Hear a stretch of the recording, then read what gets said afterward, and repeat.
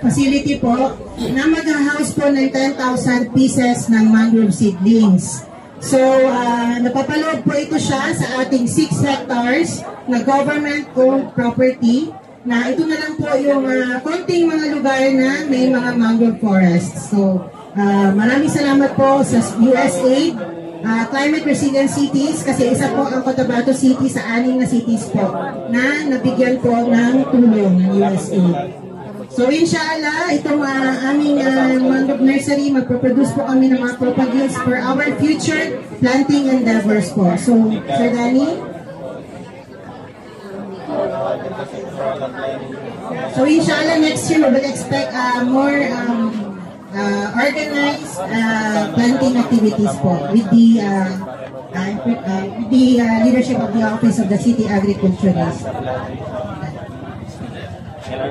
So itong mangrove nursery ay project ng KGI through sa Conservation International last year. Nung before mag-close si Conservation International ay nag-close na rin.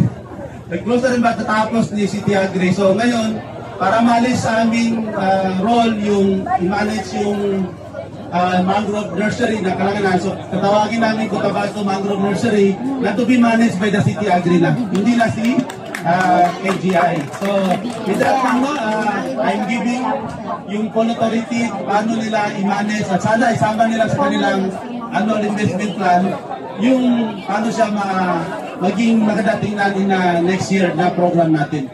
Kasi ang program na ito ay dito ngayon lang, every year may program tayo for mangroves. So, with that I'm giving you the mangrove seedling po.